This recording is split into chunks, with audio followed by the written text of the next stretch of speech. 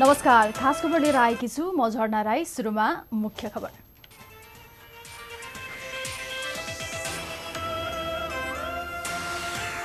कोरोनाको हटस्पट बाँकेको नरैनापुर गाउँपालिका निषेधित क्षेत्र घोषणा। सेनासहित सुरक्षाकर्मी परिचालन, कतैबाट सहयोग नपाएको गाउँपालिका अध्यक्षको गुनासो।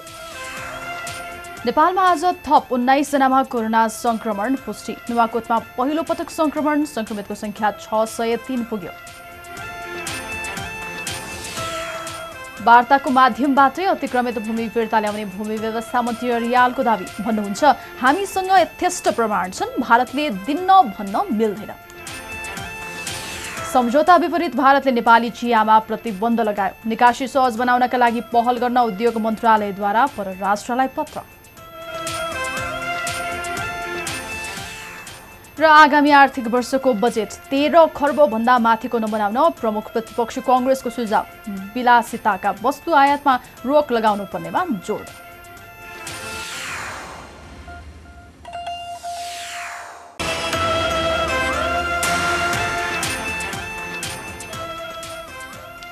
खास खबर सुरु गरौं। बाँकेको नरैनापुर गाउँपालिकामा निषेधित क्षेत्र घोषणा गरिएको खबरबाट।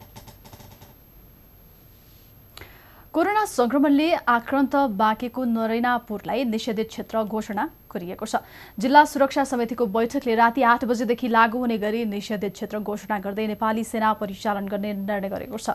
नरैनापुरमा 114 जनामा कोरोना संक्रमण देखिएको छ। तीमध्ये एकको मृत्यु भएको छ। तर पछिल्लो समय संक्रमितलाई अस्पताल ल्याउन खोज्दा स्थानीयले प्रतिवाद गर्न थालेका छन्। स्थिति नियन्त्रण बाहिर गएको भन्दै गाउँपालिकाले सेना परिचालन गर्न माग गरेको थियो।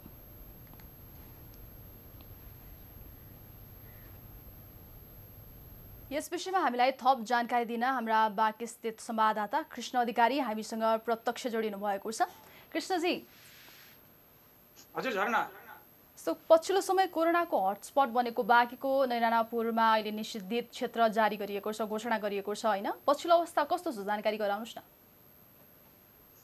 यो बाँकेको नरैनापुर गाउँपालिका क्षेत्रमा 114 जना मानिसहरू चाहिँ कोरोना संक्रमित फेला परिसक्नु भएको छ र अहिले पनि ठूलो संख्यामा त्यहाँ संक्रमित हुन सक्ने आशंकाहरू गरिएको छ र स्थिति अब नियन्त्रणभन्दा बाहिर नजाओस् भन्ने उद्देश्यका साथ स्थानीय प्रशासनले आज साँझ 8 बजेदेखि लागू हुने गरेर चाहिँ निषेधित क्षेत्र घोषणा गरेको हो र यो निषेधित क्षेत्र घोषणा भएसँगै यहाँ नेपाली सेना, नेपाल प्रहरी र सशस्त्र प्रहरीको चाहिँ सुरक्षाकर्मीहरू तैनात हुनेछन् र त्यो नरैनापुर क्षेत्रलाई चाहिँ पूर्ण रूपमा सिल गरिनेछ र अत्यावश्यक जुन सवारीका साधनहरू बाहेक अरूलाई चाहिँ चल्न दिइने छैन र त्यसै गरेर चाहिँ त्यो भारतसँग सीमा जोडिएको क्षेत्र हो।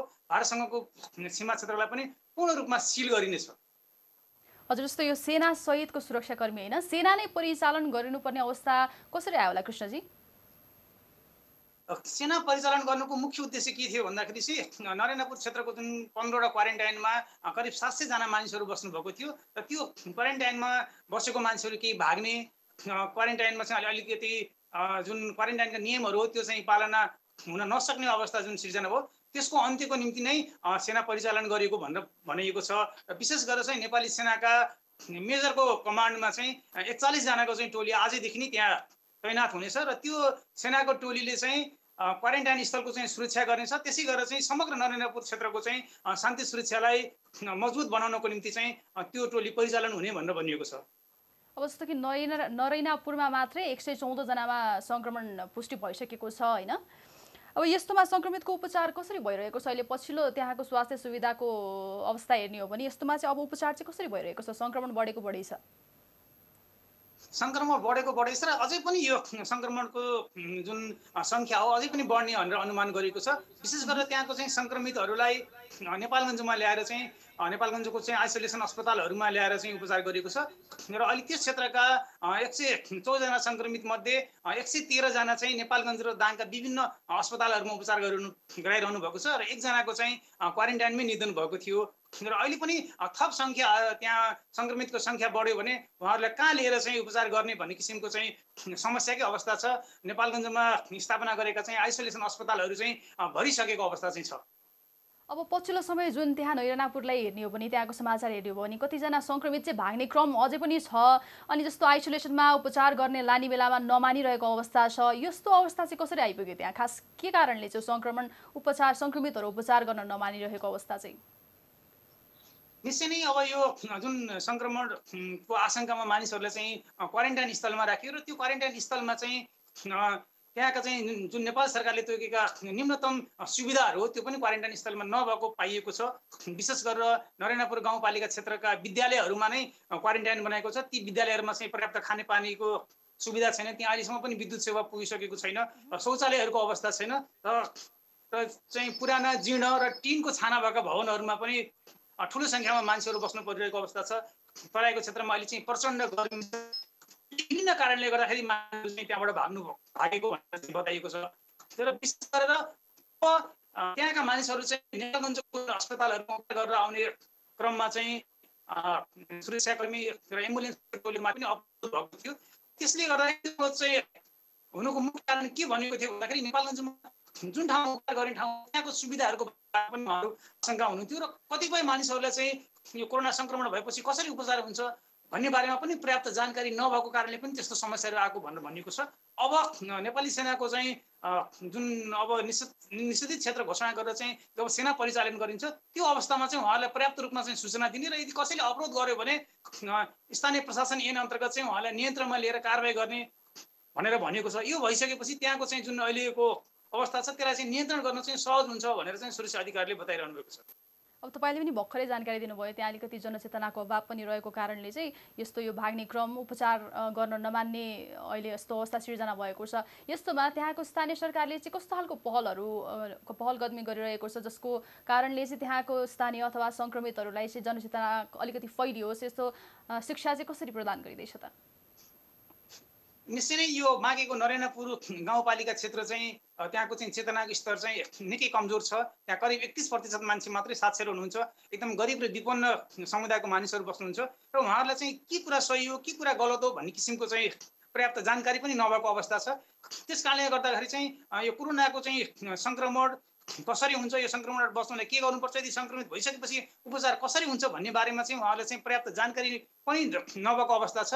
अब यसपछि चाहिँ यो सुरक्षाकर्मी र स्वास्थ्यकर्मीको टोलीहरूले चाहिँ उहाँलाई चाहिँ पर्याप्त जानकारी गराउनु हुनेछ र नेपालगञ्जको जुन अस्पतालहरूमा उपचार गर्दाखेरि के सुविधाहरू हुन्छ, उहाँहरू कस्तो ठाउँमा बस्नुहुन्छ भन्ने बारेहरूमा पनि जानकारी दिनेछ। यो भइसकेपछि चाहिँ उहाँहरू चाहिँ सहज रूपमा चाहिँ अस्पतालहरूमा आउने र आफ्नो चाहिँ स्वास्थ्य परीक्षण र स्वास्थ्य उपचारमा चाहिँ उहाँहरूले अलिकति ध्यान दिने भन्ने किसिमको चाहिँ अनुमानहरू चाहिँ सुरक्षा अधिकारीहरूले गरिरहनु भएको छ। अब यस्तो पछिल्लो समय हामीले यहाँसँग प्रत्यक्ष जानकारी लिइरहेका छौँ र त्यहाँको गाउँपालिका अध्यक्षसँग पनि प्रत्यक्ष कुराकानी गरेर जानकारी लिइरहेका छौँ। उहाँहरूको भनाइअनुसार चाहिँ पछिल्लो समय चाहिँ प्रदेश सरकार सङ्घीय सरकारसँग सहयोग माग्दाखेरि सहयोग नपाएको अवस्था थियो भनिएको छ। तर आज गाउँपालिकाको अनुरोधमा चाहिँ आग्रहमा चाहिँ आज निषेधाज्ञा जारी गरिएको छैन। यस्तोमा त्यहाँ गाउँपालिकाको अध्यक्ष अथवा स्थानीय सरकार के भन्छन्? यो निषेधाज्ञाको निषेधित क्षेत्र घोषणा भइसकेपछि चाहिँ मैले गाउँपालिकाको अध्यक्षसँग कुराकानी गरेको थिएँ। उहाँ चाहिँ यो निर्णयबाट चाहिँ अलिकति उत्साहित हुनुभएको छ। उहाँले चाहिँ सुरुदेखि नै भन्नुभएको थियो त्यहाँको स्थितिलाई साम्य गर्नको निम्ति, त्यहाँको स्थितिलाई चाहिँ पूर्ण रूपमा नियन्त्रण गर्नको निम्ति चाहिँ नेपाली सेना सहितको चाहिँ सुरक्षाकर्मीहरू र स्वास्थ्यकर्मीहरूको टोली खटाइनुपर्छ भनेर उहाँले माग गर्दै आउनुभएको थियो। उहाँले गर्नुभएको माग अनुसार नै नेपाली सेना सहितको चाहिँ सुरक्षाकर्मीहरूको टोली त खटाइने भयो। तर अहिले पनि त्यहाँ थप स्वास्थ्यकर्मी चिकित्सक सहितको स्वास्थ्यकर्मी खटाइनुपर्ने अवस्था छ। त्यो चाहिँ अहिलेसम्म खटाइसकेको अवस्था छैन र उहाँले चाहिँ प्रदेश सरकार र केन्द्र सरकारको चाहिँ यो विषयमा चाहिँ बारम्बार ध्यान आकर्षण गर्नुभएको छ र निकट भविष्यमै स्वास्थ्यकर्मी सहितको टोली खटाइने भनेर चाहिँ आश्वासन प्राप्त भएको भनेर चाहिँ उहाँले जानकारी दिनुभएको छ। हुन्छ, धन्यवाद कृष्णजी यहाँलाई जानकारीको लागि। उहाँ हुनुहुन्थ्यो हाम्रा बाँके संवाददाता कृष्ण अधिकारी। हामीलाई बाँकेको नैरानापुरमा निषेधाज्ञा जारी गरिसकेपछिको अवस्थाबारे जानकारी गराउनुहुँदै। अब बाँकी खबर। कोरोना भाइरसको संक्रमणबाट बाँकेको नैरानापुर गाउँपालिका सबैभन्दा बढी प्रभावित छ। यो गाउँमा कोरोनाका कारण एक युवकको मृत्यु भइसकेको छ भने 114 जना संक्रमित छन्। 15वटा क्वारेन्टिनमा 650 जना बसेका छन्। तर पनि नैरनापुरलाई केन्द्र र प्रदेश सरकारले भेदभाव गरेको आरोप गाउँपालिका अध्यक्ष इस्तियाक अहमद शाहको गुनासो रहेको छ। उहाँले केन्द्र र प्रदेश सरकारले ध्यान नदिने हो भने नैरनापुरबाट महामारी फैलिने चेतावनी पनि दिनुभएको छ। यो रिपोर्ट हेरौँ।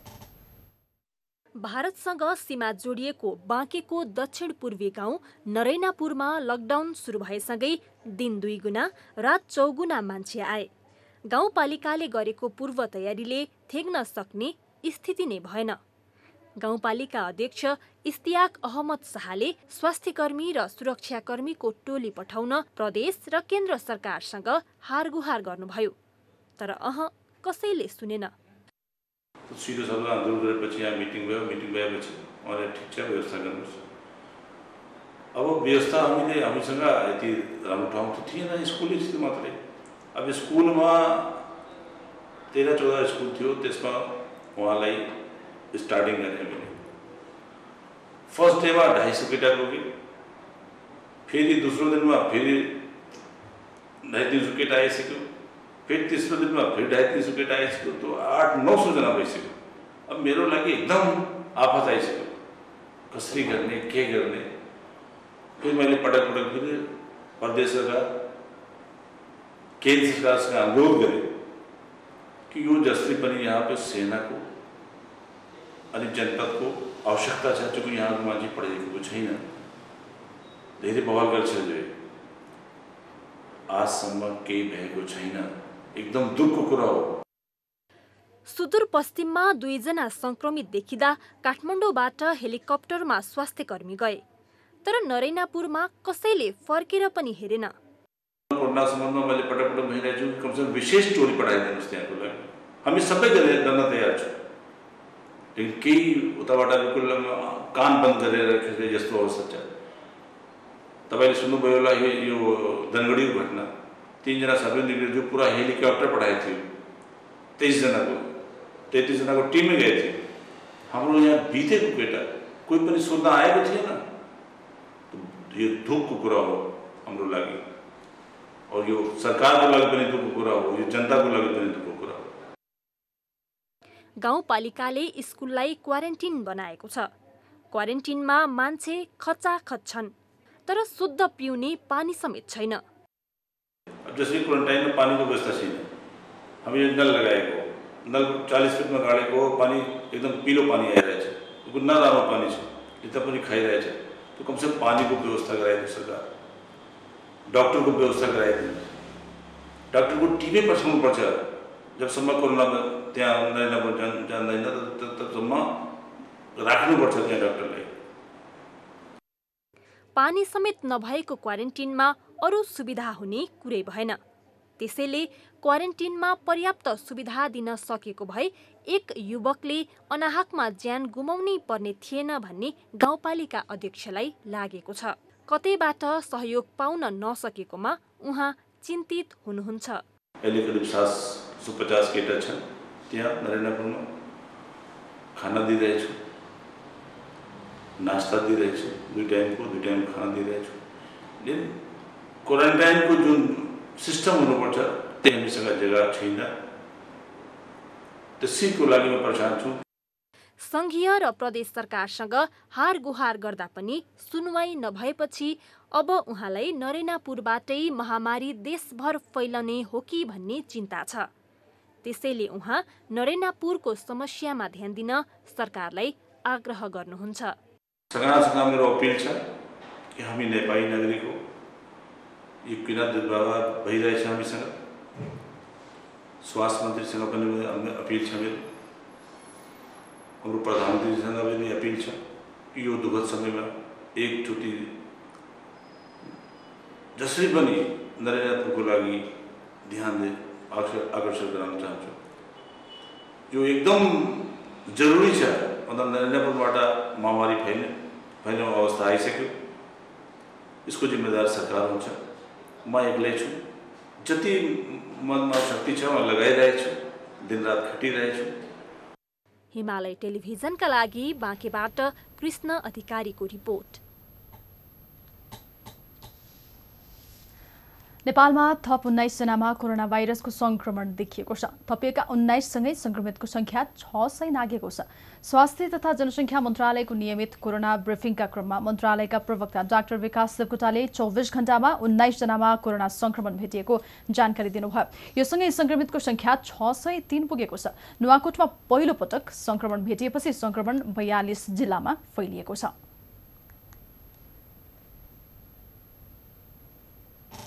प्रादेशिक जनस्वास्थ्य प्रयोगशाला विराटनगरमा गरिएको परीक्षणमा मोरङ 12.3 का 1 जना पुरुष 45 वर्षीय, त्यसैगरी राष्ट्रिय जनस्वास्थ्य प्रयोगशालामा गरिएको परीक्षणमा 12 कलैयाका 32 वर्षीय पुरुष, वीरगञ्ज पर्साका 25 वर्षीय पुरुष, पर्सा घर ठेगाना भएका 12 मा कार्यरत 34 वर्षीय पुरुष, त्यसैगरी पर्साकै नागवाका 60 वर्षीय पुरुष, रौतहटको स्थायी ठेगाना भएका कलैयामा कार्यरत 32 वर्षीय पुरुष, सर्लाही हरिपुर 6 का 48 वर्षीय पुरुष, रूपन्देही सम्मारीमाई 5 का 2 जना 40 र 50 वर्षीय पुरुषहरू, रूपन्देही 1 का 32 वर्षीय पुरुष, काठमाडौँ 16 खुट्टेका 1 जना 69 वर्षीय पुरुष, नुवाकोट ककनीका 39 वर्षीय पुरुषहरू पनि पोजिटिभ संक्रमित पहिचान हुनुभएको छ। त्यसैगरी प्रादेशिक जनस्वास्थ्य प्रयोगशाला भैरवामा गरिएको परीक्षणमा रूपन्देही गैडाहावा गाउँपालिकाका 3 जना 23 वर्षीय, 30 वर्षीय र 40 वर्षीय पुरुषहरू, त्यसैगरी कपिलवस्तु खैराती 3 का 3 जना 35 वर्षीय, 37 वर्षीय र 52 वर्षीय पुरुषहरू, त्यसैगरी गुल्मी मदाने गाउँपालिकाका 1 जना 31 वर्षीय पुरुष गरी कुल 19 जना यी 3 वटा ठाउँहरूमा गरिएका परीक्षणहरूमा पोजिटिभ पहिचान हुनुभएको छ। यसरी कुल संक्रमित हुने व्यक्तिहरूको संख्या 603 रहेको छ। सबैभन्दा धेरै प्रदेश 5 का 7 जिल्लामा 281 जना संक्रमित भेटिएका छन्। सबैभन्दा कम कर्णाली प्रदेशका 2 जिल्लाका 4 जनामा संक्रमण भेटिएको छ। प्रदेश नम्बर 1 मा 7 जिल्ला संक्रमित जिल्लाहरू हुन्, जसमा हालसम्म 86 जना संक्रमित देखिनु भएको छ। त्यसैगरी प्रदेश नम्बर 2 का सबै जिल्लाहरू समेटिएका छन् 8 वटै। प्रदेश नम्बर 2 मा 179 जना हालसम्म संक्रमितको संख्या छ। त्यसैगरी बागमतीका 11 जिल्लामा 34 जना, गण्डकीका 3 जिल्लामा 5 जना, प्रदेश नम्बर 5 का 7 जिल्लामा 281 जना र कर्णाली प्रदेशका 2 जिल्लामा 4 जना, त्यसैगरी सुदूरपश्चिमका 4 जिल्लामा 14 जना गरी जम्मा 42 जिल्लाहरूमा आजसम्म 603 जना संक्रमितको संख्या रहेको छ। अहिलेसम्म 87 जना मात्रै डिस्चार्ज भएको मन्त्रालयले जनाएको छ। हिजो 19 जना डिस्चार्ज भएको जानकारी दिएको मन्त्रालयले वीरगञ्जका 2 जनालाई पुनः संक्रमण देखेकाले 7 जना मात्रै डिस्चार्ज भएको जनाएको छ। देशभर 513 जना आइसोलेसनमा छन्। प्रदेश नम्बर 1 मा 60, प्रदेश नम्बर 2 मा 166, बागमती प्रदेशमा 24 र गण्डकी प्रदेशमा 3 जना कोरोना संक्रमित आइसोलेसनमा छन्। यसैगरी प्रदेश नम्बर 5 मा 247, कर्णाली प्रदेशमा 4 र सुदूरपश्चिममा 9 जना छन्। सरकारले आइतबारसम्म पीसीआर विधिबाट 48,815 र आरडीटी विधिबाट 90,026 नमुना परीक्षण गरेको छ। पछिल्लो 24 घण्टामा पीसीआर विधिबाट 2,856 र आरडीटी विधिबाट 3,791 जनाको नमुना परीक्षण भएको छ। नेपालमा अहिलेसम्म कोरोनाका कारण 3 जनाको ज्यान गएको छ। तर जो जसले ज्यान गुमाए उनीहरूको उपचार र हेरचाहमा अस्पतालमा लापरवाही भएको गुनासो पनि बढ्दै गएको छ र मिल्दाजुल्दा घटनाक्रमले त्यस्ता गुनासा र दाबीलाई बल दिएको छ। यो रिपोर्ट हेरौँ। घटना 1। गत चैत्र 16 गते भुजबल कोरोना विशेष अस्पतालमा रूपन्देहीको सैनामैना नगरपालिकाका 34 वर्षीय युवकको मृत्यु भयो। विदेशबाट फर्केका उनलाई ज्वरो र खोकी देखिएपछि चैत्र 13 गते अस्पताल भर्ना गरिएको थियो। तर 16 गते उनको ज्यान गयो। तर उनको मृत्युपछि कोरोना परीक्षण रिपोर्ट नेगेटिभ आयो। उनको श्रीमतीको दाबी छ कोरोनाको आशंका गरिएका श्रीमानको अरू समस्याको उपचार नपाएरै ज्यान गयो। उनको यो शङ्कामा दम छ। घटना 2 जेठ 3 गते सिन्धुपाल्चोककी 29 वर्षीय सुत्केरीको निधन भयो। कोरोनाका कारण नेपालमा ज्यान गुमाउने उनी पहिलो थिइन्। वैशाख 24 गते शिक्षण अस्पतालमा सुत्केरी भएर 25 गते घर फर्केकी ती सुत्केरीमा 4-5 दिनपछि श्वास प्रश्वासमा समस्या देखियो। स्थानीय स्वास्थ्य संस्थाबाट धुलीखेल अस्पताल पुर्याएपछि उनको मृत्यु भयो र मृत्यु भएपछि मात्रै थाहा भयो उनलाई कोरोना संक्रमण थियो। धेरैको आशंका छ उनलाई शिक्षण अस्पतालमै वा स्थानीय स्तरमै लक्षणविहीन कोरोना संक्रमण भएको थियो। तर कोरोना संक्रमण फैलिएको यो समयमा शिक्षण अस्पतालले प्रसुति गराउने बिरामीको पीसीआर परीक्षण गरेन। विज्ञहरूका अनुसार पीसीआर परीक्षण गरेको भए उनलाई प्रसव गराएर आइसियुमा राख्ने अवसर हुने थियो। घटना 3 जेठ 4 गते बाँकेमा एक 25 वर्षीय युवकको कोरोनाका कारण ज्यान गयो। नरेनापुरको क्वारेन्टिनमा ज्यान गुमाएका युवकको पनि मृत्युपछि कोरोना संक्रमण रिपोर्ट आएको थियो। गत आइतबार बिहान 6:40 ज्यान गुमाउनु अघिल्लो दिन उनलाई ज्वरो आउने, पखला लाग्ने, बान्ता हुने समस्या देखिएको थियो। तर उनलाई बेलैमा अस्पताल लैजाने काम भएन। एम्बुलेन्स नै उनका लागि उपलब्ध भएन। दुःखद परिणाम उपचारै नपाई क्वारेन्टिनमै उनको ज्यान गयो। बेलैमा उनलाई अस्पताल लगिएको भए उनी बाँच्न सक्थे। त्यो विज्ञहरूले पनि स्वीकार गरेका छन्। घटना 4 जेठ 8 गते रूपन्देहीको क्रिम्सन अस्पतालमा गुल्मीको पुरकोट दहका 41 वर्षीय शिक्षकको मृत्यु भयो। जन्डिस लगायतका विभिन्न समस्या देखिएका ती शिक्षकमा कोरोना पनि पुष्टि भयो। तर परिवारको गुनासो छ उपचार नपाएरै उनको ज्यान गयो। जेठ 5 गते कोरोना संक्रमणको रिपोर्ट आएपछि अस्पतालले उपचार नै गरेन भन्ने परिवारको दाबी छ। अस्पतालको लापरवाहीले बिरामीको ज्यान गएको भन्दै मृतकका श्रीमती, छोरा र भाइले मानवाधिकार आयोग र सरकारसँग छानबिनको लागि गुहार मागेका छन्।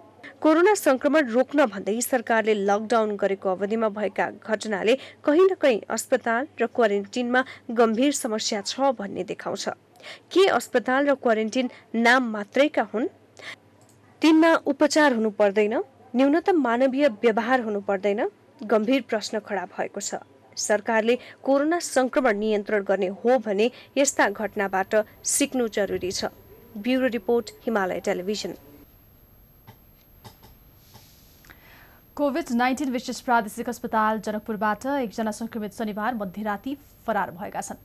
सर्लाही धनकौलका 40 वर्षीय ती संक्रमित प्रहरीको आँखा छलेर शनिबार मध्यरातमा फरार भएका हुन्। अस्पतालका कोभिड-19 फोकल पर्सन डाक्टर कुलदीप पण्डितका अनुसार उनको 14औं दिनको स्वाब संकलन गर्ने तयारी थियो। यसअघि पनि उनी आइसोलेसनबाट भागेका थिए। यसअघि भागेर रातभर गाउँ पुगेका उनलाई फेरि ल्याइएको थियो। मानसिक सन्तुलन ठिक नभएको समस्या भएका कारण उनलाई छुट्टै कोठामा राखिएको थियो। उनलाई मानसिक रोग विशेषज्ञले पनि उपचार गरिरहेका छन्। उनी गत वैशाख 31 गते अस्पताल भर्ना भएका थिए। अस्पतालमा 7 जना प्रहरी खचिएका थिए। कोठामा रहेको सीसीटीभी क्यामेरा बटारेर झ्याल फोडेर उनी फरार भएको अस्पताल स्रोतले जनाएको छ। उनको खोजी कार्य तीव्र बनाइएको प्रदेश प्रहरीको भनाइ छ।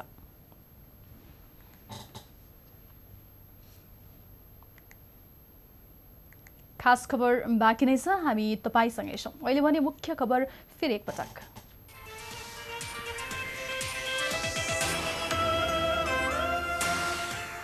कोरोनाको हटस्पट बाँकेको नरैनापुर गाउँपालिका निषेधित क्षेत्र घोषणा। सेनासहित सुरक्षाकर्मी परिचालन, कतैबाट सहयोग नपाएको गाउँपालिका अध्यक्षको गुनासो।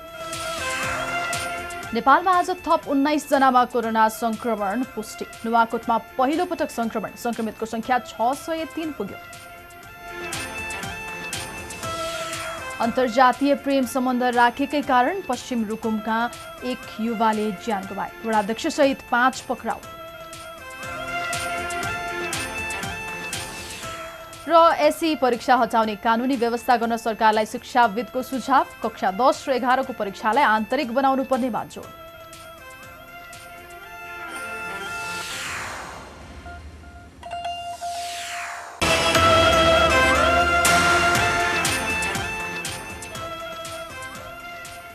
अब बाँकी खबर।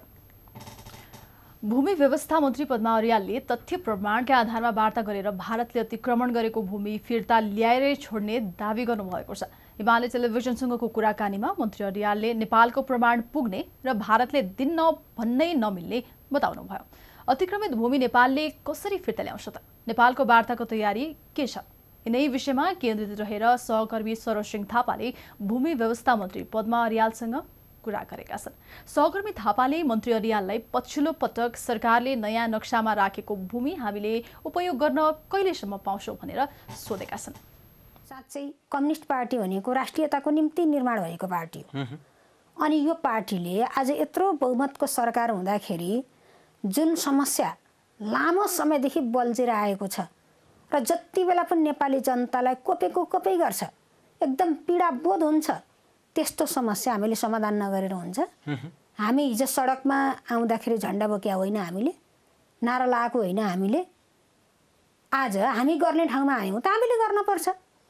हामीले त्यही सोच्यौँ, आफ्नो कर्तव्य जनताले हामीलाई जिम्मेवारी दिएका छन्, आफ्नो कर्तव्य निर्वाह गर्दै गर्दै एकपछि अर्को काम गर्दै जाँदा यो काम पनि हामीले गर्नुपर्छ। सीमाको निर्धारण कि युद्धले गर्छ कि वार्ताले गर्छ? नेपालमा अहिले पटकको 2 पटकसम्मका सीमा निर्धारण भनेको वार्ताले गरेको छ, अब केले गर्छ? अब पनि वार्ताले गर्छ। हामीले हाम्रो जुन छुट्याइएको भूमि थियो त्यो छुट्याइएको भूमि हामीले संलग्न गऱ्यौँ, नक्सामा प्रकाशित गऱ्यौँ। अब कूटनीतिक पहलबाट हुने कुराहरू वार्ताको टेबलबाट हुने कुरा। ठिक छ मन्त्रीज्यू, हामी यो 60-62 वर्षसम्म त गरेको त वार्ता नै हो। फेरि म शान्तिकै पक्षमा भएर यो प्रश्न गर्दैछु। त्यसो भए हामी यो 60-62 वर्षको समयसम्म वार्ता मात्रै गरेर बस्यौँ नि त? ठिक छ, 60-62 वर्षमा वार्ता मात्रै भयो। अब यो सरकारमा काम हुन्छ। कसरी हुन्छ? हामी वार्तामै बस्छौँ। हामीले प्राथमिकता कूटनीतिक संवादलाई नै दिएका छौँ। नेपाल सरकारले त्यो कुरा जाहेर गरिसकेका छ। हाम्रो छिमेकी मुलुक भारतका तर्फबाट पनि मैले नक्सा सार्वजनिक गर्दाकै साँझमा एउटा वक्तव्य जारी भएको छ। त्यो वक्तव्यले पनि प्रष्ट रूपमा यसको समस्याको समाधान कूटनीतिक वार्ता हो, नेपाल यसमा तयार हुन्छ भनेर भनेको छ। हामी त हिजै तयार छौँ। हामी त पटक पटक होइन, हामी त मन्त्रीज्यू सधैँ तयार छौँ, हामी वार्ताबाटै यो समस्याको समाधान खोजौँ भनेर भनिराखेका छौँ। तर हामी इपिजी बनायौँ, त्यसको प्रतिवेदन बुझ्न भारतले मान्दैन। यो समयमा धेरै समिति बने। इभन भारत अहिलेसम्म जुन औपचारिक रूपमा यो विषयमा वार्ता बस्नका लागि तयार नै देखिन्न। समस्या हो भनेर आफैले स्वीकार गरेको विषयमा छलफल नगरी समस्याको समाधान हुन्छ? अनि छलफल गरौँ भनेर फेरि दुवै पक्षले भन्ने वार्ता नबसेर हुन्छ? एउटा कुरा त्यो।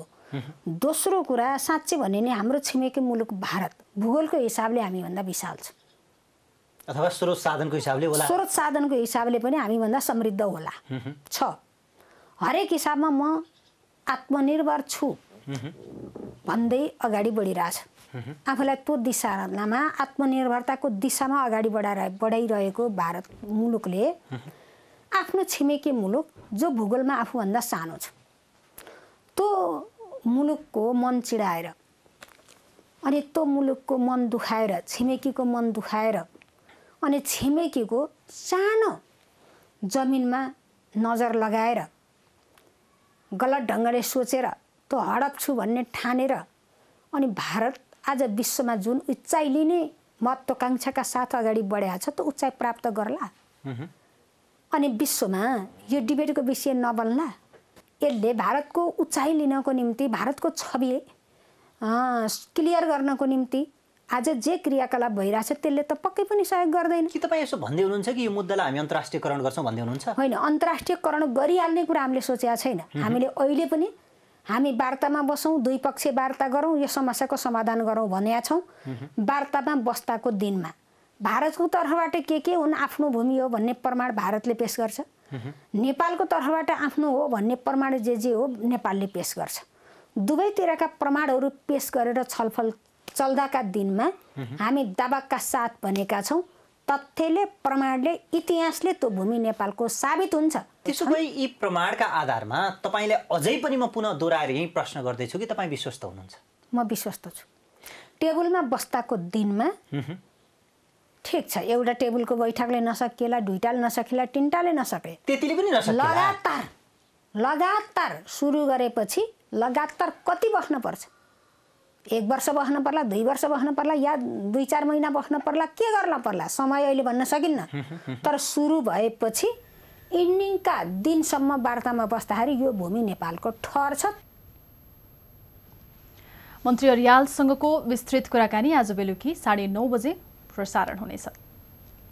भूमि व्यवस्था, सहकारी तथा गरिबी निवारण मन्त्रालयले लिम्पियाधुरा, लिपुलेक र कालापानी क्षेत्र समेटिएको नेपालको नयाँ राजनैतिक तथा प्रशासनिक नक्सा प्रचलनमा ल्याउन राज्यका सबै कार्यालयलाई परिपत्र गरेको छ।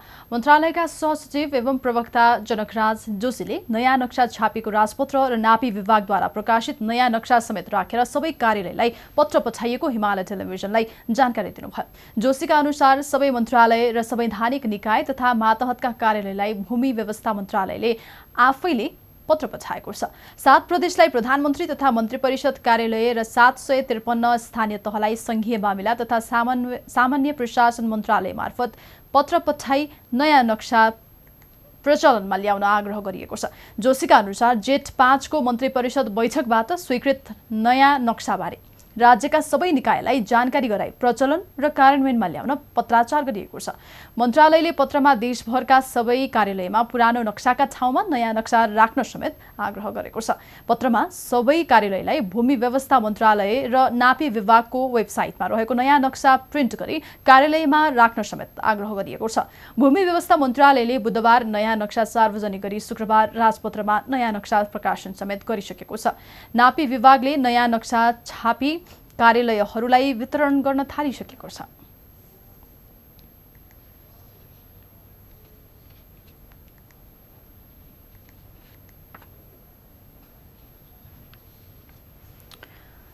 नेपाल भारत बीच सीमा विवाद बढ्दै गएपछि भारतीय सञ्चार माध्यमले नेपालीले भारतमै कमाएर घर परिवार पाल्ने गरेको खबर दिइरहेका छन्। तर स्थिति त्यस्तो छैन। नेपाली भारतमा काम गर्न गए जस्तै भारतीय पनि काम खोज्दै नेपाल आउँछन्। तथ्याङ्क केलाउने हो भने काम गरेर भारतबाट नेपालीले जति पैसा ल्याउँछन् त्योभन्दा धेरै पैसा भारतीयले नै लगिरहेका छन्।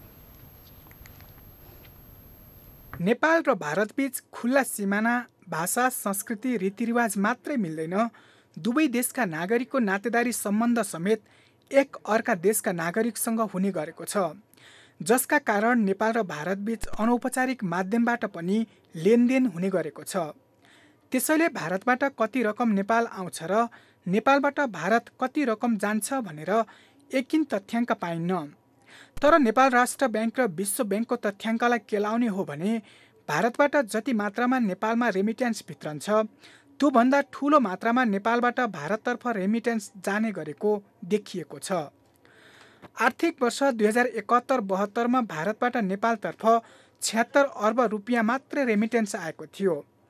त्यो अवधिको आसपासमा अर्थात् सन् 2014 मा नेपालबाट भारततर्फ 2 अर्ब 78 करोड अमेरिकी डलर बराबर अर्थात् 2 खर्ब 78 अर्ब रुपियाँ बाहिरिएको विश्व ब्याङ्कको तथ्याङ्कमा छ।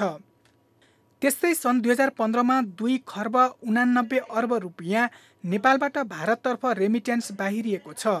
सन् 2016 मा 2 खर्ब 74 अर्ब 40 करोड रुपियाँ, 2017 मा सबैभन्दा धेरै 3 खर्ब 1 अर्ब 70 करोड रुपियाँ र सन् 2018 मा 1 खर्ब 59 अर्ब 40 करोड रुपियाँ नेपालबाट भारततर्फ बाहिरिएको छ।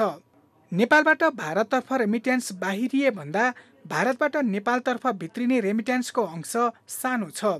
यद्यपि यो अंश वर्षेनी बढ्दै गएको छ। आर्थिक वर्ष 2071-72 मा रेमिट्यान्स बापत 76 अर्ब रुपियाँ भित्रिएकोमा 2072-73 मा 70 अर्ब 3 करोड रुपियाँ मात्र रेमिट्यान्स आएको छ।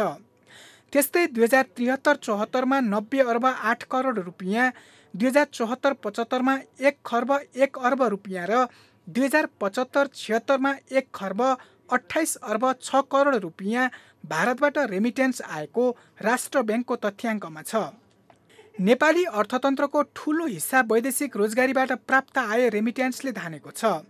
सन् 2019 को विश्व ब्याङ्कको तथ्याङ्कलाई आधार मान्दा कुल गार्हस्थ्य उत्पादन जीडीपीको झण्डै 27.3% बराबरीमा नेपालमा वार्षिक रूपमा रेमिट्यान्स प्राप्त भइरहेको छ। यो 8 खर्ब 12 अर्ब रुपियाँ हाराहारी हुन आउँछ, जसमध्ये भारतको योगदान 10% भन्दा कम छ। जसमा नेपालीले काम गरेर जति रकम भारतबाट ल्याउँछन् त्योभन्दा बढी भारतीयले नै लैजान्छन्। यस्तै रेमिट्यान्सको रूपमा दोस्रोमा नेपालबाट चिनियाहरूले लैजान्छन्। यस्तै अन्य सार्क देशमा पनि नेपालबाट रेमिट्यान्स गएको विश्व ब्याङ्कको द्विपक्षीय रेमिट्यान्स प्रवाह सूचकाङ्कले देखाएको छ। Bureau report, Himalaya television. द्विपक्षीय सम्झौता विपरीत भारतले नेपाली चियामा प्रतिबन्ध लगाएको छ।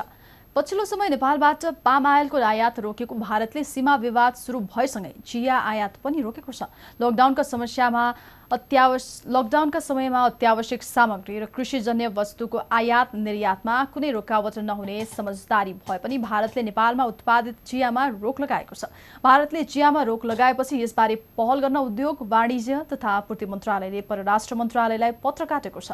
भारतबाट नेपालतर्फ भारतीय वस्तुहरू नियमित आयात भइरहेको तर नेपालमा उत्पादित चियाको हकमा भारततर्फको निकासीमा समस्या देखिएको उद्योग, वाणिज्य तथा आपूर्ति मन्त्रालयले परराष्ट्र मन्त्रालयलाई जानकारी गराएको छ।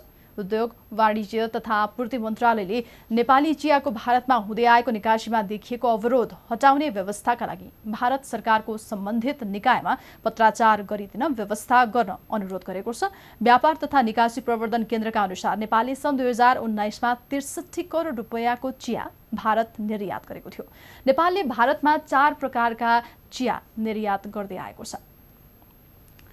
अन्तर्जातीय प्रेम सम्बन्ध गाँसेर विवाहका लागि केटी लिन गएका जाजरकोटका एक युवकको हत्या भएपछि पश्चिम रुकुम चौरजहारी नगरपालिकाका वडाध्यक्ष सहित 5 जनालाई प्रहरीले पक्राउ गरेको छ। विवाहका लागि प्रेमिका लिन गएका जाजरकोट भेरी नगरपालिका 4 का 21 वर्षीय नवराज विकको हत्या भएपछि चौरजहारी नगरपालिका वडा नम्बर 8 का वडाध्यक्ष डम्बर बहादुर मल्ल, केटीका बुवा वीरबहादुर मल्ल र आमा प्रकाशजी मल्ल सहित 5 जनालाई नियन्त्रणमा लिएको प्रहरी निरीक्षक धर्मसिंह विष्टले जानकारी दिनुभएको छ।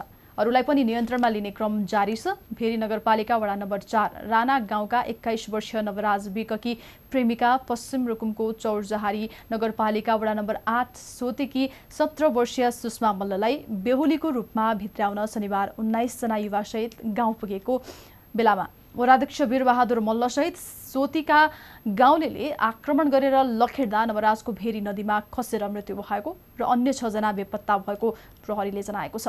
पीडित पक्षले भने हत्या गरेर भेरीमा फालिदिएको दावी गरेको छ।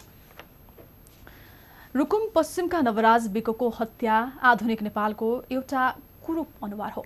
दोषीमाथि कारबाही नहुने र कारबाही नै भए पनि दोषी सजिलै उम्किने भएकाले पनि अन्तर्जातीय विवाह र प्रेम सम्बन्ध कतिपय दलित युवा युवतीका लागि काल बन्ने गरेको छ। यो रिपोर्ट हेरौँ। काभ्रेपलाञ्चोकको होक्सेका अजित मिजारले गाउँकै एक युवतीसित 2073 साल असार 25 गते प्रेम विवाह गरे। समाजको डरले विवाह लगत्तै उनीहरू अजितकी दिदीको घर भक्तपुरमा बसे। बिहेको 2 दिनपछि युवतीले माइतीलाई जानकारी दिइन्। माइती पक्ष आएर प्रहरीकै रोहवरमा बिहेको तेस्रो दिन सम्बन्ध विच्छेद गराइयो। सम्बन्ध विच्छेदको भोलिपल्ट हराएका अजित असार 30 गते धादिङको परेवाटारमा झुन्डिएका अवस्थामा फेला परे। अजितको हत्या भएको परिवारको दाबी छ। घटना 2 दैलेख तोली गाउँका सेते दमाईको 2068 साल भदौ 13 गते घरमै हत्या भयो। हत्याको कारण थियो कान्छा छोरा सन्त बहादुरले गैर दलितसँग विवाह गर्नु। बिन्दकला साई सहितले आफ्नी भतिजीसँग सन्त बहादुरले विवाह गरेको रिसमा सेतेको हत्या गरेका थिए। छोराले अन्तर्जातीय विवाह गर्दा सेते दमाईले ज्यान गुमाउनु पर्यो। घटना 3 झापाको कन्काईका अस्मिता तोलामी सार्की र ईश्वर भट्टराईले 2073 साल माघमा सिसौको रुखको एउटै हाँगामा झुन्डिएर आत्महत्या गरे। यो आत्महत्याको कारण पनि अन्तर्जातीय प्रेम सम्बन्ध नै थियो। प्रेम सम्बन्ध विपरीत घर परिवारले अस्मिताको अर्कै केटासँग कुरा छिनिदिएपछि उनीहरूले आत्महत्याको बाटो रोजे। अन्तर्जातीय प्रेम सम्बन्धकै कारण ज्यान गएका र सार्वजनिक भएका यी केही उदाहरण मात्र हुन्। शक्तिको आडमा कति घटना लुकाइएका छन्, दबाइएका छन् अनि कतिपय घटनामा मेलमिलापका नाममा अन्तर्जातीय जोडीलाई छुट्याइएको छ। लुकाउने, दबाउने, फकाउने, थर्काउने गरेर पनि जोडी छुट्याउन नसके अन्त्यमा मारिन्छ वा मर्न बाध्य पारिन्छ। अन्तर्जातीय प्रेम वा विवाह केटा र केटी दुवैको सहमतिमा हुन्छ।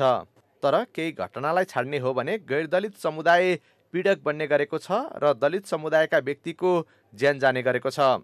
जातीय छुवाछुत तथा भेदभाव कसुर र सजाय ऐन 2068 ले उमेर पुगेका वर-वधुबाट मन्जुर भएको अन्तर्जातीय विवाह गर्नबाट कुनै पनि व्यक्तिलाई उत्पत्ति, जात, जाति, वंश, समुदाय, पेशा वा व्यवसायका आधारमा रोक लगाउन नहुने व्यवस्था गरेको छ।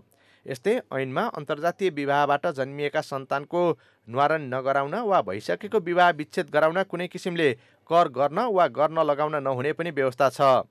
तर ऐन विपरीत अन्तर्जातीय विवाह रोक्ने मात्र होइन, अन्तर्जातीय विवाह गरेका व्यक्तिको हत्या नै गर्ने सम्मका अपराध भइरहेका छन् र यस्ता अपराध दोहोरिरहेका पनि छन्।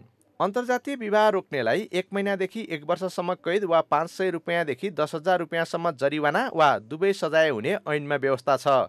तर यो ऐन अनुसार विवाह रोक लगाउने दोषीलाई कुनै पनि किसिमको कारबाही भएको पाइँदैन। परिणाम विवाह रोक्ने नाममा दलित समुदायमाथि अत्याचार हुने गर्छ र आधुनिक भनिएको नेपालमा अहिले पनि दलित समुदायको ज्यान जोखिममा छ। यसले सरकार र सभ्य समाजलाई जिस्काइरहेको छ। Bureau report, Himalaya television. खास खबर बाँकी नै छ, हामी तपाईसँगै छौँ। अहिले भने मुख्य खबर फेरि एकपटक।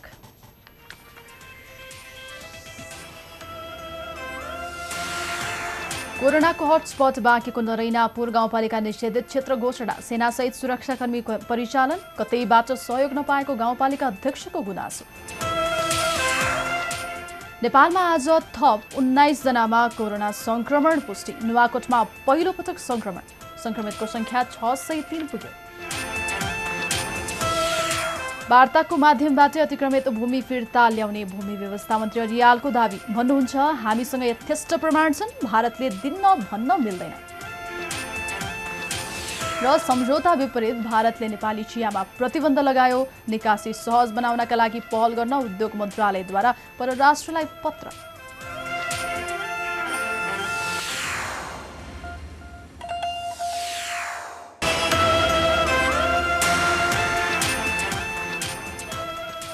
अब बाँकी खबर।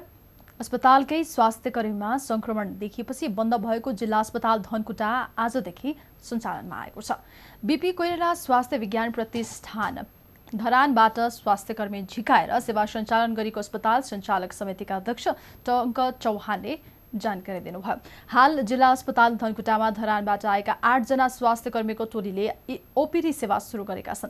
जिल्लाका अन्य स्वास्थ्य संस्थाबाट स्वास्थ्यकर्मी ल्याएर केही दिनमै थप सेवा उपलब्ध गराइने अस्पतालका प्रमुख डाक्टर पूजन विश्वकर्माले जानकारी दिनुभयो। जिल्ला अस्पताल सहित आसपासको क्षेत्रलाई सेनिटाइजरले सफा गरी सञ्चालन गरिएको हो। अस्पतालमा कार्यरत पुराना स्वास्थ्यकर्मी तथा अन्य कर्मचारीलाई अस्पतालभित्रै सेल्फ क्वारेन्टाइन तथा सेल्फ आइसोलेसनमा राखिएको छ। धनकुटामा गत आइतबार पहिलो पटक अस्पतालका 1 जना स्वास्थ्यकर्मीमा कोरोना संक्रमण देखिएको थियो। यस लगत्तै अस्पतालका स्वास्थ्यकर्मी तथा कर्मचारी गरी 83 जनामा गरिएको परीक्षणमा थप 6 जनामा संक्रमण पुष्टि भएको थियो। संक्रमित सबैको अहिले विराटनगरको कोभिड-19 अस्पतालमा उपचार भइरहेको छ। लकडाउनपछि आर्थिक समस्याको असर कारागारमा पनि देखिएको छ। उधारो दिन नमानेपछि दिल्ली बजार कारागारमा झडप भएको छ। कारागारका बन्दीले क्यान्टिन र भित्रै सञ्चालित पसलबाट उधारोमा माग्दा चौकीदार गोकुल गिरीले नदिएपछि बन्दी र चौकीदार बीच झडप भएको हो। झडपमा 1 जना घाइते भएका छन्। लकडाउनका कारण आफन्त भेट्न नआएपछि आफूहरूले उधारो मागेको बन्दीहरूले बताएका छन्। यसैबीच कारागार व्यवस्थापन विभागले दिल्ली बजार कारागारको घटना छानबिन गर्न 2 सदस्यीय समिति बनाएको छ। विभागले निर्देशक वेदनिधि अधिकारी र सूचना अधिकारी देवर्षी सापकोटा सम्मिलित 2 सदस्यीय छानबिन समिति गठन गरेको हो।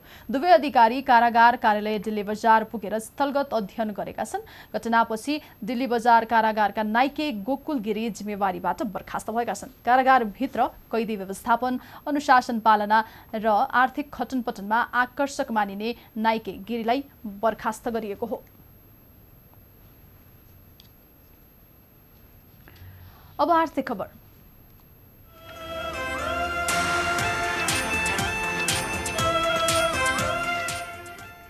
मुख्य प्रतिपक्ष दल नेपाली कांग्रेसले आगामी आर्थिक वर्षको बजेटको आकार 13 खर्ब भन्दा माथिको बनाउन नहुने प्रतिवेदन तयार पारेको छ।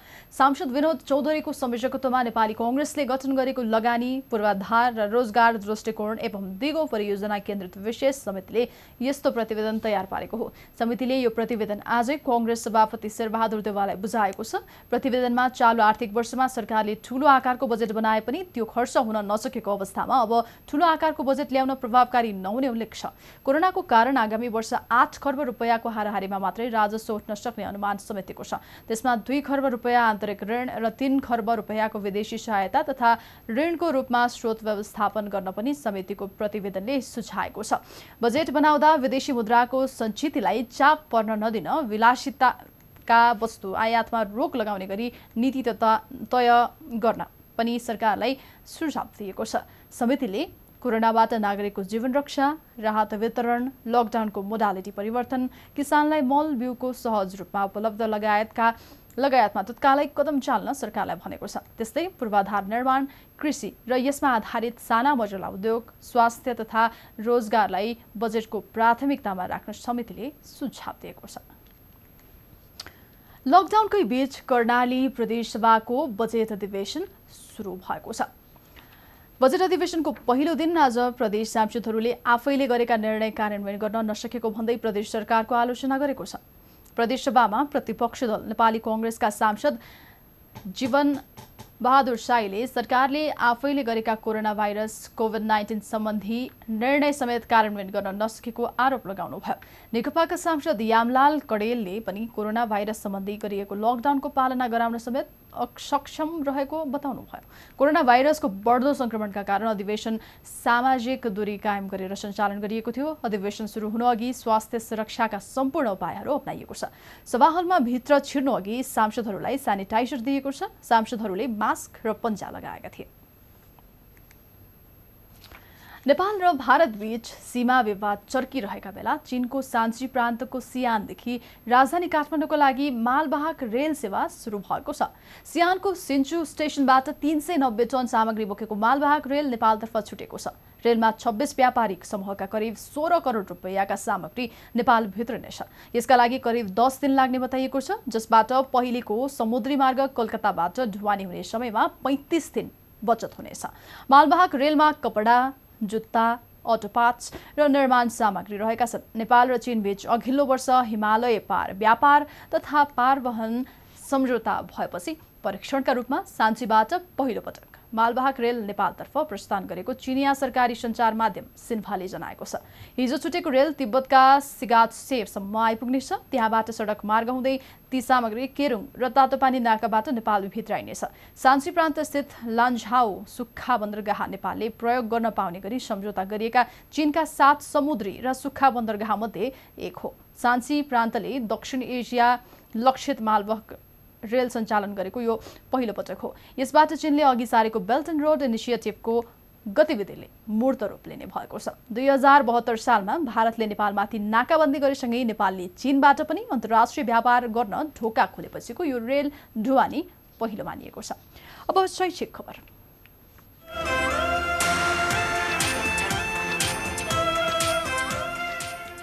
शिक्षाविदहरूले अध्यादेश मार्फत एससी परीक्षा हटाउने व्यवस्था गर्न सुझाव दिएका छन्। संघीय संसद अन्तर्गत राज्यका निर्देशक सिद्धान्त, नीति र दायित्वको कार्यान्वयन, अनुगमन तथा मूल्याङ्कन समितिको बैठकमा शिक्षाविदहरूले कोरोना भाइरसले सबै क्षेत्रलाई आक्रान्त पारेको र विद्यार्थीको मानसिकतामा पनि असर गरेको भन्दै यही समयको सदुपयोग गर्दै एससी परीक्षा सधैँका लागि खारिज गर्न माग गरेका हुन्।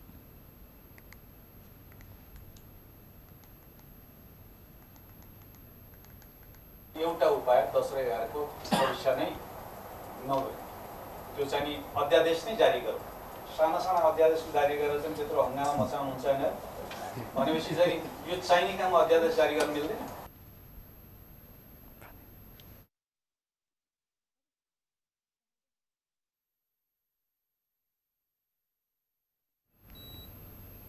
शिक्षाविद डाक्टर मन प्रसाद वाग्लेले पनि कक्षा 10 र 11 को परीक्षालाई आन्तरिक परीक्षाकै रूपमा राख्ने व्यवस्था गर्न सुझाव दिनुभयो। देशभरका अधिकांश विद्यालयलाई क्वारेन्टाइन बनाइएको र त्यसको व्यवस्थापन कठिन हुने भन्दै सरकारले गम्भीर हुन आवश्यक रहेको पनि उहाँले बताउनुभयो। राष्ट्रिय परीक्षा भयो हुनाले त्यसलाई कसरी म्यानेज गर्ने भन्ने कुरा हामी सोच्नुपर्छ। अब अहिले हामीले हेर्यो भने 60% हाम्रो विद्यालयहरू क्वारेन्टाइन बनाएको छ। त्यो क्वारेन्टाइन नहटिकन विद्यालय सञ्चालन गर्ने अवस्था पनि छैन। हामी ठुलो समस्यामा छौँ अहिले एजुकेसनको हिसाबले। त्यो हटाउनु पर्यो नि त पहिला। त्यो हटाएपछि त्यसलाई निर्मलीकरण गर्नु पर्यो। फेरि यसबाहेक सांसदहरूले पनि एसई परीक्षा सधैँका लागि स्थगित गर्नेतर्फ सोच्न सरकारको ध्यान आकर्षण गराएका छन्।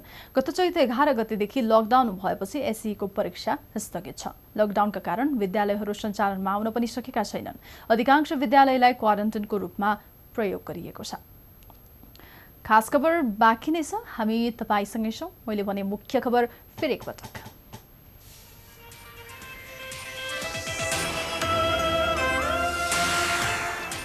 कोरोनाको हटस्पट बाँकेको नरैनापुर गाउँपालिका निषेधित क्षेत्र घोषणा। सेनासहित सुरक्षाकर्मी परिचालन, कतैबाट सहयोग नपाएको गाउँपालिका अध्यक्षको गुनासो। नेपालमा आज थप 19 जनामा कोरोना संक्रमण पुष्टि। नुवाकोटमा पहिलो पटक संक्रमितको संख्या 600 नाघ्यो। वार्ताको माध्यमबाट अतिक्रमित भूमि फिर्ता ल्याउने भूमि व्यवस्था मन्त्री रियालको दावी। भन्नुहुन्छ, हामीसँग यथेष्ट प्रमाण छन्, भारतले दिन्न भन्नै मिल्दैन। र विश्वभर कोरोना संक्रमितको संख्या 54 लाख नाग्यो। 3,44,000 भन्दा बढीको मृत्यु। रुसमा 8,000 भन्दा बढी संक्रमित थपिए।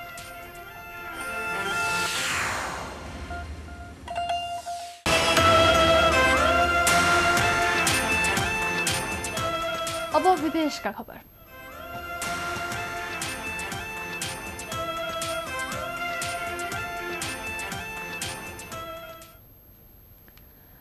तीव्र गतिमा कोरोना भाइरसको संक्रमण फैलिरहेको रुसमा आज पनि 8,500 भन्दा बढी संक्रमित थपिएका छन्। यससँगै रुसमा संक्रमितको संख्या 3,44,000 नाघेको छ। रुसमा मृतकको संख्या पनि बढेर 3,541 पुगेको छ। त्यस्तै ब्राजिलमा एकै दिन 16,500 भन्दा बढी संक्रमित थपिएका छन्। योसँगै ब्राजिलमा संक्रमितको संख्या 3.5 लाख नजिक पुगेको छ। त्यहाँ कोरोनाबाट 22,000 भन्दा बढीको मृत्यु भएको छ। पछिल्लो 24 घण्टामा मात्रै ब्राजिलमा 1,000 भन्दा बढीको मृत्यु भएको छ। योसँगै ब्राजिल संक्रमितको आधारमा दोस्रो स्थानमा उक्लिएको छ।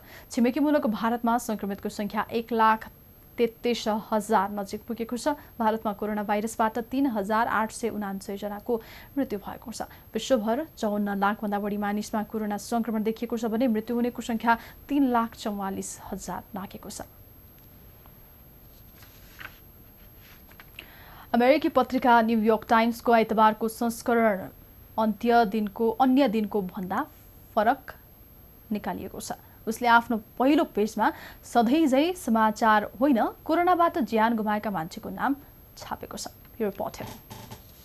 आइतबार बिहान जब न्युयोर्क टाइम्स पत्रिका हात पर्यो, पाठक अल्मलिए, किनकि न्युयोर्क टाइम्सको पहिलो पेजमा सधैँ जस्तो कुनै समाचार र फोटो थिएन।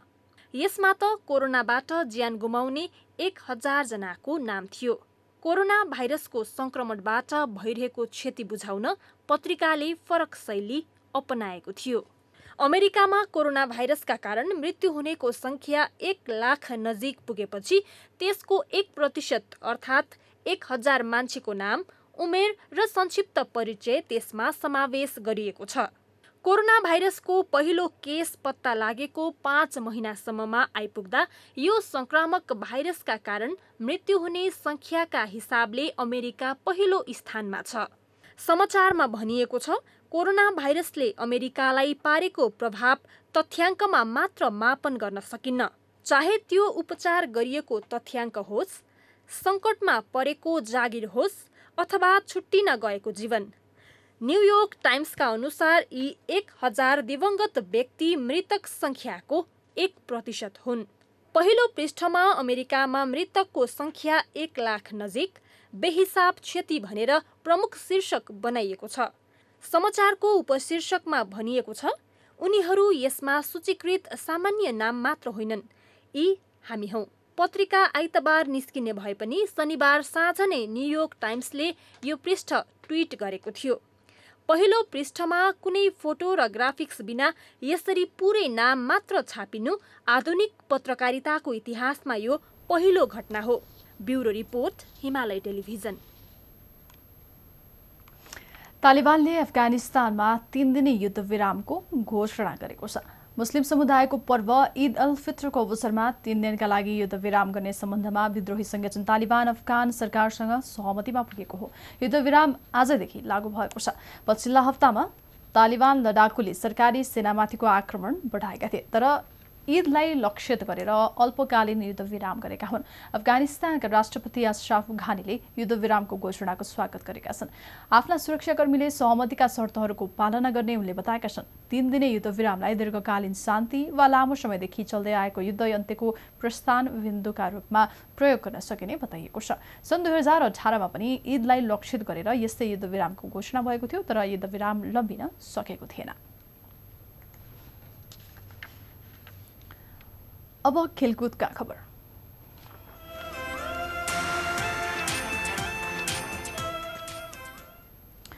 इंग्लिश प्रिमियर लीगका थप 2 क्लबका 2 खेलाडीमा कोरोना भाइरसको संक्रमण पुष्टि भएको छ। पछिल्लो चरणको परीक्षणमा 2 क्लबका 2 जनामा संक्रमण देखिएको हो। 3 दिन लगाएर सबै क्लबका खेलाडी तथा पदाधिकारी र कर्मचारीको परीक्षण भएको थियो। कोरोना भाइरसको संक्रमण देखिएका खेलाडी वा पदाधिकारी हाल 1 हप्ताका लागि सेल्फ आइसोलेसनमा गएका छन्। यो पटकको परीक्षणमा हरेक क्लबबाट 50 जनासम्मको परीक्षण भएको हो। यसअघि मे 19 मा भएको पहिलो चरणको परीक्षणमा 3 क्लबका 6 जनामा संक्रमण देखिएको थियो। मे 17 र 18 गरी 748 जना खेलाडी तथा पदाधिकारीको परीक्षण भएको थियो। कोरोनाका कारण रोकिएको यो सिजनका लीगका बाँकी खेल पूरा गर्ने अभियान स्वरूप परीक्षण भएका छन्। आगामी जुनदेखि लीगका बाँकी 92 खेल पूरा गर्ने तयारी गरिएको छ। अब मौसम सम्बन्धी खबर।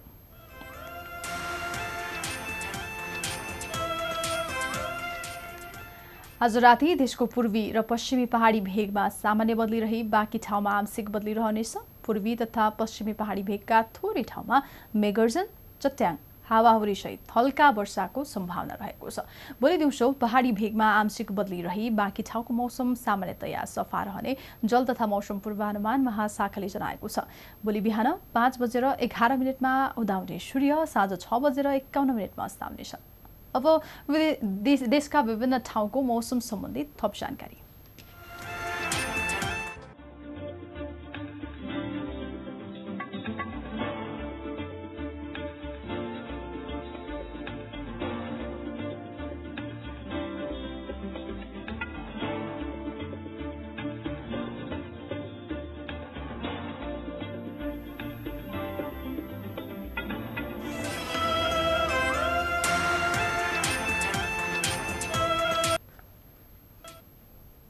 हामी खास खबरको अन्त्यमा छौं। जाँदा जाँदै मुख्य खबर फेरि एकपटक।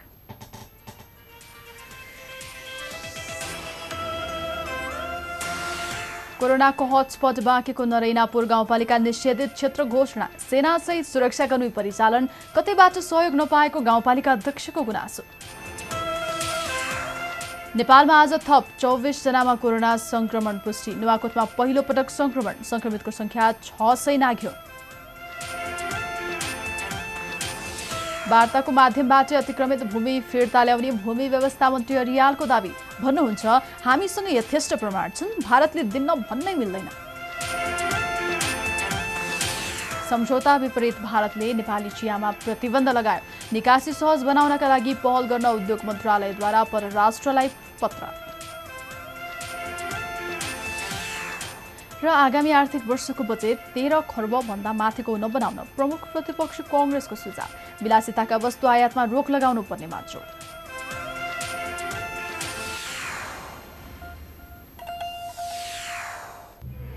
हवस् त खास खबर आजलाई यति नै। हामी 9 बजे हिमालय खबर लिएर फेरि आउनेछौँ। खास खबर तपाईले फेसबुक र युट्युबमा पनि प्रत्यक्ष हेर्न सक्नुहुन्छ। साथै हिमालय टेलिभिजन एप मार्फत एन्ड्रोइड र आइओएसमा पनि विश्वभर प्रत्यक्ष हेर्न सकिन्छ। नमस्ते।